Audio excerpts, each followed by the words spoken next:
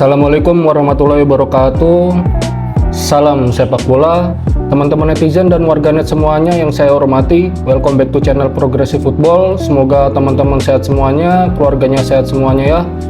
Ya, sebelum masuk ke video, gue mau mengingatkan jangan lupa like, komen, dan subscribe untuk membantu perkembangan channel Progressive Football. Dan jangan lupa kalian jangan ikut-ikutan masalah judi, karena judi bisa membahayakan diri kita dan keluarga kita, bisa merusak kita dan keluarga kita. Oke, di video kali ini gue akan membahas tentang perjalanan MU ya di Europa League yang format baru ini, karena yang kalian tahu MU itu sangat perkasa di Europa League ya, tanpa kekalahan. Sebelum gue bahas ke situ, yang perlu kita perhatikan di sini di Europa League ini ada beberapa tim besar yang bermain di Europa League, yaitu seperti Lazio, Manchester United, Tottenham Hotspur, Eintracht Frankfurt, Olympique Lyon, AS Roma, terus ada Ajax Amsterdam, ada Porto. Di sini banyak tim-tim besar dari perwakilan liga-liga Eropa, dari liga-liga Eropa yang bermain di Europa League. Walaupun mereka adalah tim-tim besar di liga-liga mereka masing-masing, tetapi hasilnya di Liga Eropa atau di Europa League hasilnya tidak sesuai ekspektasi ya dengan nama besar mereka. Ini yang sangat mengejutkan, yaitu ada AS Roma dan FC Porto. Mereka ini di luar dari 8 besar ya, berada di peringkat ke-15 untuk AS Roma, dan Porto di peringkat 18. Mereka masuk ke babak playoff Liga Eropa. Jadi peringkat 1-8 itu langsung ke babak 16 besar ya, seperti yang kalian tahu. Sama seperti format Liga Champion, format Europa League juga peringkat 1-8 itu langsung ke 16 besar. Sedangkan peringkat 9 sampai ke 24 itu mereka diadu lagi di playoff dan memperebutkan tiket lolos ke 16 besar. Jadi di 16 besar ini sudah ada 8 tim yang lolos, dan peringkat 9 sampai 24 ini diadu lagi untuk memperebutkan 8 tiket tersisa, yaitu yang menunggu mereka ya 8 tim yang lolos itu. Berarti tinggal ada 8 tiket, yaitu dari 8 tim itu ada Lazio peringkat pertama, Athletic Bilbao peringkat 2, MU di peringkat ketiga. Ini yang sangat menarik nih, MU di peringkat ketiga, Tottenham di peringkat keempat, Frankfurt kelima, dan keenam ada Olympique Lyon. Terus di posisi ketujuh ada Olympiakos, dan yang terakhir di posisi ke-8 ada Glasgow Rangers. Nah, ini sangat menarik, tidak ada nama AS Roma di 8 besar ini nih, sangat menarik nih. Padahal AS Roma dulu zaman-zamannya Francesco Totti itu sangat menguasai. Dia tidak pernah turun ke Europa League, dia selalu bermain di Liga Champion. Nah, ini menarikkan posisi 7-8 ini nggak ada AS Roma dan Porto ya. Ajax juga sih sebenarnya bisa masuk di 8 besar, mungkin bisa mengisi di peringkat ke-6. Ini sangat mengagetkan, kenapa bisa Frankfurt, Lyon ini bisa di peringkat 8 besar, sedangkan AS Roma di peringkat 15 dan Porto di peringkat 18. Sedangkan klub yang dibela pemain timnas kita, yaitu Masilgers FC Twente, berada di posisi ke-23 setelah meraih kemenangan keduanya atas Besiktas kemarin. Namun sayangnya Masilgers tidak bermain ya, dia berada di bangku cadangan karena dia baru sembuh dari cedera yang dia sudah alami lama, yaitu pada saat membela timnas Indonesia. Dia sebenarnya itu masih proses pemulihan, terus dia dihujat oleh netizen, dikira tidak mempunyai nasionalis untuk membela negaranya, padahal dia menahan rasa sakit di pahanya itu, di kakinya itu. Nah, sedangkan Ajax Amsterdam ini berada di posisi ke-12, padahal dia di liga itu sangat superior ya, berada di peringkat kedua Liga Belanda. Ini sangat berbanding terbalik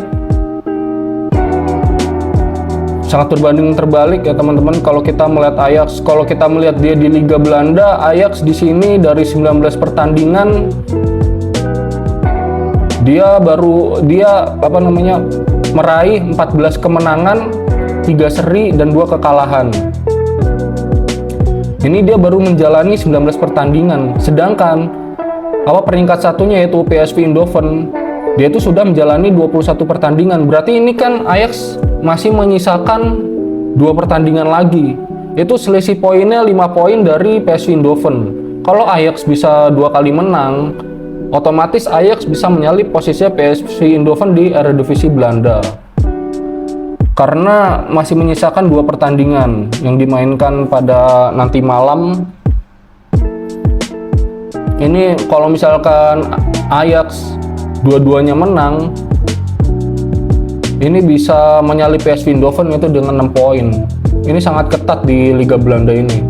Antara PSV, Ajax, Utrecht, Feyenoord, Twente, ini 5 tim ini sangat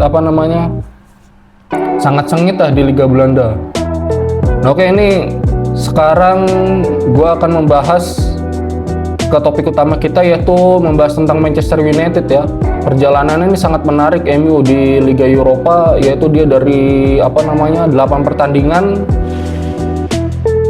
dia tidak mengalami 1 kekalahan dan dia hanya 3 seri, 5 kemenangan, 3 seri dan 0 kekalahan.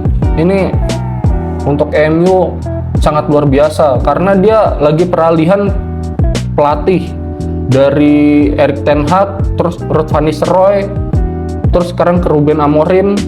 Ini masih di Ruben Amorim ini masih gonta-ganti formasi, mana starting 11 yang pas untuk dimainkan setiap pertandingan MU. Dan apalagi MU harus memutar pemainnya terus, karena kalau tidak diputar, pemain MU itu akan merasa kelelahan.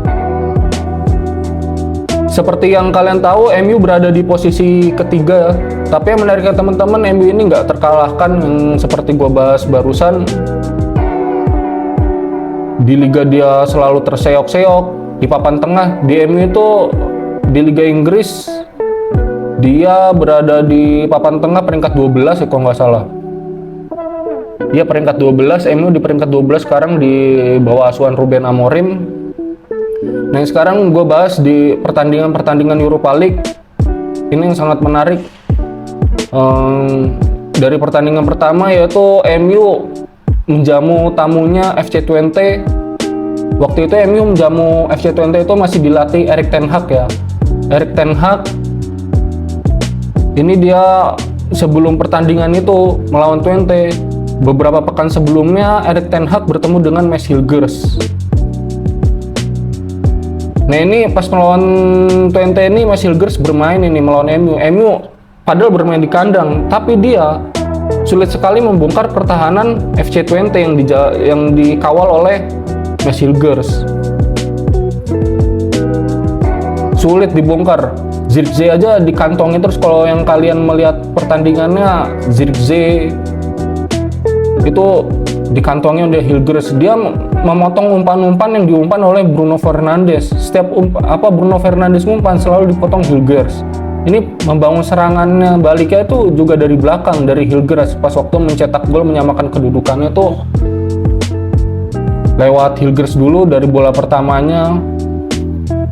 Dan di pertandingan kedua Liga Eropa, MU bertandang ke Porto.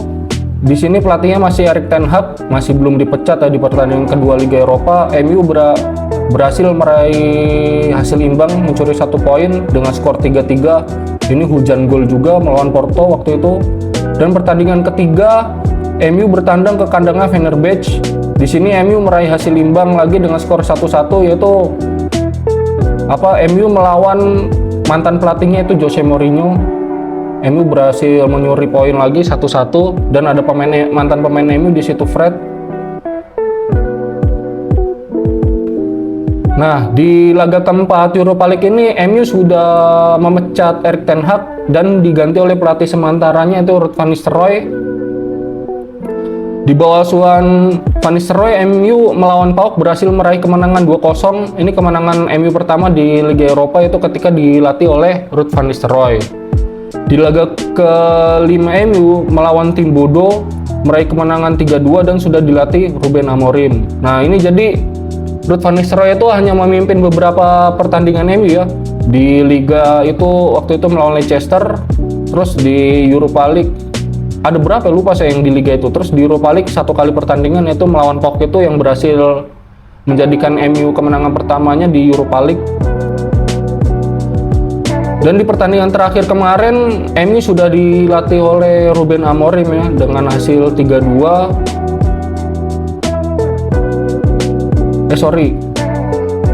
Di pertandingan kemarin itu terakhir itu MU menang 2-0. Dan kemenangan kemarin itu menjadikan MU tidak terkalahkan di Europa League. Nah, di sini Amorim sendiri aja sampai mengucapkan MU lolos 16 besar secara langsung itu anugerah buat MU karena masih penyesuaian dengan strategi, masih penyesuaian dengan pemain-pemain. Si Amorimnya ini masih bingung karena Amorim menggunakan formasi 3-4-3. Seperti yang kita lihat kemarin ini pas Europa League Jumat dini hari kemarin, itu strikernya Eriksen aja sampai ditaruh striker sayap kanan, lalu di kirinya Garnacho, tengahnya Holjun. Nah, di backnya ini sangat solid ini. Lisandro Martinez, Matthijs de Ligt, Mazraoui ini sangat solid. Mazraoui ini bisa dipasang di mana aja, bisa di tengah, bisa di back. Tapi kalau di back, kalau ngeliat pertandingan kemarin, MU ini sangat solid pertandingannya. Ya kalau bisa ini sudah menjadi pakemnya 3 back ini kalau memang menggunakan 3 back. Dan kalau gue lihat permainan di Europa League ini MU lebih menarik dibandingkan di Liga. Semoga aja di Liga cepat menyesuaikan ya supaya peringkat MU segera merangkak ke klasemen atas karena MU ini termasuk tim besar. Dia sudah lama dia seperti ini, gonta-ganti pelatih, tidak ada yang cocok. Semoga aja di bawah asuhan Ruben Amorim dengan skema formasi 3 back, 3-4-3 atau 3-2-4-1 itu bisa pas ya, dan Ruben Amorim cepat menyesuaikan dengan pemain-pemainnya, siapa-siapa aja yang selalu menjadi starting 11.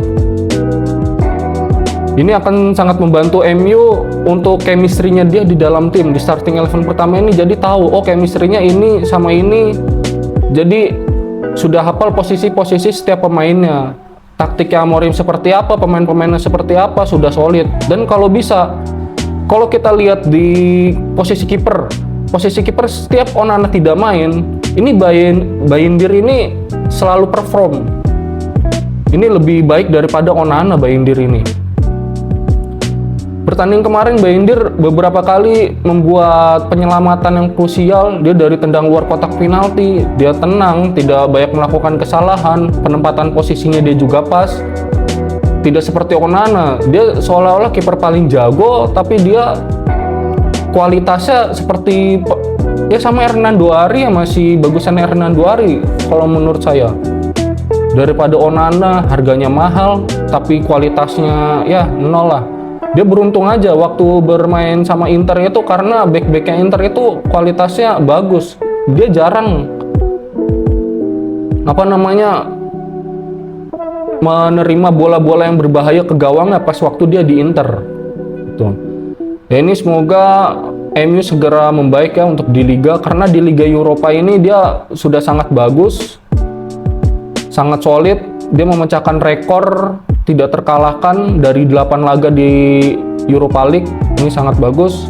Dan itu aja, dan gue mengingatkan lagi, jangan lupa like, comment, dan subscribe untuk membantu perkembangan channel Progressive Football. Terima kasih buat yang sudah subscribe, sudah like video ini, channel ini. Saya sangat berterima kasih karena sudah membantu perkembangan channel ini. Gue Iqbal dari Progressive Football, sampai jumpa di video selanjutnya dan ciao.